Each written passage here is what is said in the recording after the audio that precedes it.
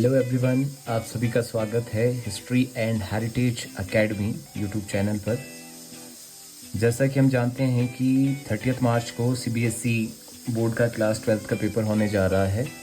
तो जो भी स्टूडेंट्स पेपर में अपीयर होने जा रहे हैं उनके लिए बता दें कि जो सबसे पहले हमें ये जानना चाहिए कि हमारा जो क्वेश्चन पेपर है वो किस तरह से आता है, what is the demand of the question paper.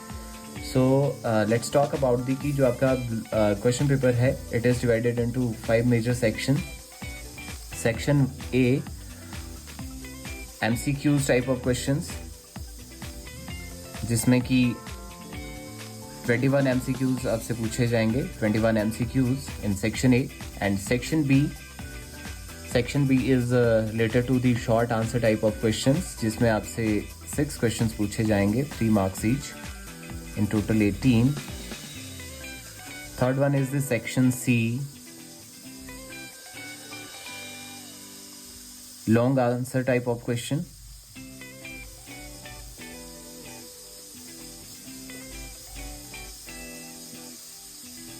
Long answer type of questions, इसमें से आपसे 3 क्वेश्चंस पूछे जाएंगे 8 मार्क्स के, और टोटल जो इसकी वेटेज है वो 24 मार्क्स हैं। और फोर्थ जो है that is the section D. Section D में जो मोस्ट इंपॉर्टेंट रहते हैं that is the source based questions. Source based questions जो कि 4 मार्क्स का एक होता है, और इसमें 3 क्वेश्चंस आपसे पूछे जाएंगे। Total number of marks is 12। और जो 5वां लास्ट है जो सेक्शन ई है, section E is map based question, map based questions.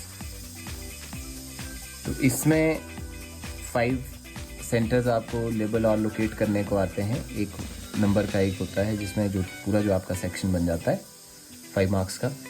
तो डियर फ्रेंड्स, जब आप पेपर देने जाएंगे, जब आप पेपर में अपीयर होंगे, तो सबसे पहले हमने ध्यान में रखनी होती हैं चीज़ें, जैसे जो आपका सेक्शन ए है which is very very important, जिसमें हमारे पास 21 एमसीक्यूज़ हैं। तो आप पेपर को ध्यान से पढ़ें और एमसीक्यूज़ को अच्छे से पढ़ें, उसके बाद ही आपने इसमें क्या है जो आपका करेक्ट आंसर है उसको चूज़ करना है। क्योंकि बहुत सारे बच्चे क्या कर देते हैं जल्दबाजी में, जो सेक्शन ए है जो एमसीक्यूज़ टाइप ऑफ क्वेश्चंस है गलत लिख के आ जाते हैं। तो इसको थोड़ा सा आप थॉरोली इसको पढ़ें, अच्छे से पढ़ें इसको पहले, फिर उसके बाद आपने इसके आंसर्स देने हैं। अगर बात करें सेक्शन बी की, जो short answer type of questions है, इसमें आपकी इंटरनल चॉइसेस भी रहती है क्वेश्चन के अंदर। 3 मार्क्स का क्वेश्चन होता है, 6 आपसे इसमें पूछे जाएंगे। और इसमें स्पेसिफिकली अगर हम हिस्ट्री में बात करें तो वर्ड लिमिट का जो है एक इम्पॉर्टेंट रोल होता है। तो short answer type of questions में आपने 60 to 80 वर्ड्स में आपने अपना आंसर लिखना होता है। और मैं आप लोगों को ये सजेस्ट करूँगा कि अपना जो आंसर है उसको हमेशा आपने पॉइंट्स में लिखने की कोशिश करनी है, कि जितना हो सके उसको पॉइंट में लिखें, अच्छे से प्रेजेंटेशन दें अपने आंसर की। और let's talk about the section सी।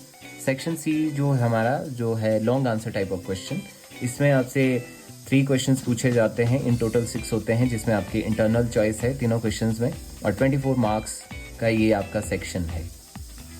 और इसमें जो वर्ड लिमिट है that is the 300 to 350 words.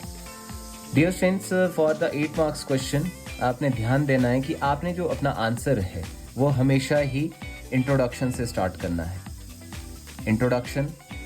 Introduction शुरू किया और उसमें से आपने 4 to 5 लाइन्स में आपने पैराग्राफ लिखना है। देन उसके बाद जो आपका मेन जो कंटेंट है रिलेटेड टू दी क्वेश्चन, कि what is the demand of question, उसके अकॉर्डिंग आपने फिर उसके पॉइंट्स बना के लिखने हैं, और उसके बाद पॉइंट्स में, और eight the end of the question आपने उसको कंक्लूड भी करना है। लास्ट में आप कंक्लूजन लिखेंगे। तो ये एक बहुत ही मतलब अच्छा तरीका हो सकता है 8 मार्क्स के क्वेश्चंस को अटेम्प्ट करने का, जिसमें आप स्टार्टिंग करेंगे इंट्रोडक्शन के साथ, उसके बाद 4 से 5 लाइन में इंट्रोडक्शंस लिखेंगे, उसके बाद मेन जो कंटेंट है उसमें पॉइंट्स लिख के जो भी आपसे पूछा गया है, और eight the end of the question उसमें आप कंक्लूड करेंगे उसको, और उसमें ध्यान रखेंगे कि आपका जो आंसर है ये आपका 300 to 350 वर्ड्स में होना चाहिए। और ये एक मतलब बढ़िया जो प्रेजेंटेशन के लिए जो मेन जो पॉइंट्स होने चाहिए क्वेश्चन के अंदर, आंसर के अंदर, तो ये होने चाहिए introduction, then main points, then the at the end conclusion. Okay, उसके बाद बात करते हैं, जैसे हमारे पास सेक्शन डी है। Section D source based questions, 3 questions आते हैं और 4 नंबर का एक क्वेश्चन होता है, जिसमें टोटल नंबर ऑफ जो आपके मार्क्स हैं 12 मार्क्स का ये जो पूरा सेक्शन है। इसमें भी डियर स्टूडेंट्स पहले आपने ध्यान से जो भी आपके पास सोर्स है उसको रीड करना है और उसके बाद उसके जो क्वेश्चंस है उसको आपने उसके आंसर्स लिखने हैं। और जो लास्ट जो इम्पोर्टेंट है that is the section E, map based question. तो आप जितने भी ऑलरेडी सीबीएसई ने आपके सिलेबस के साथ पूरे मैप लिस्ट बना के दी है, तो आप वो जो भी है इंडियन पॉलिटिकल मैप आपसे पूछा जाता है, उसमें आपने लेबल एंड लोकेट करना होता है। तो ये ध्यान रखें जब आप पेपर दें तो अपने जो डिफरेंट जो सेक्शंस हैं उनकी नीड के अकॉर्डिंग ही आपने आंसर करना है। सेक्शन ए अच्छे से ध्यान से इसको आपने अटेम्प्ट करना है ताकि आपके अच्छे मार्क्स बने। और सेक्शन बी जैसे आपके 3 मार्क्स के क्वेश्चन है, तो कुछ जो स्टूडेंट्स हैं जो गलती करते हैं कि वो जो सेक्शन बी में ज़्यादा जो टाइम है उसमें लगा लेते हैं, आंसर्स को लंबा लिख लेते हैं। उसमें सिर्फ आपने 60 to 80 वर्ड्स का आपने कंटेंट डालना है, मेन कंटेंट पे फोकस करना है कि what is the demand of the question, according to that you have to write your answer. And section C जो हमारा थोड़ा सा लेंथी जो पोर्शन रहता है, जहां हर बच्चा जो है इसमें डिफिकल्टी फेस करते हैं, तो उसके लिए आपके पास सिर्फ एक ही सॉल्यूशन है कि आप 3 मार्क्स के क्वेश्चंस को ज़्यादा लंबा ना लिखें, सिर्फ 60 to 80 वर्ड्स में ही अपना आंसर को कंक्लूड करने की कोशिश करें। और जो सेक्शन सी है इसमें थोड़ा सा ज़्यादा टाइम लगता है, ज़्यादा टाइम हमें कंज्यूम इसमें होता है, तो इसमें 300 to 350 वर्ड्स में आपने अपना आंसर लिखना होता है।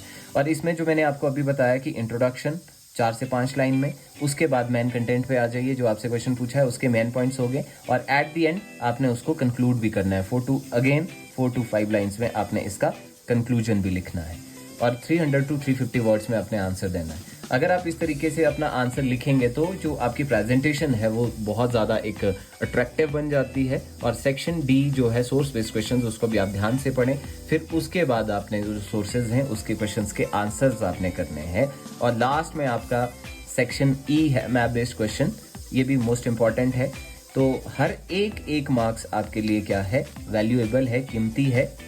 तो आप अच्छे से पेपर दें, ऑल द बेस्ट, और ध्यान से पढ़ें।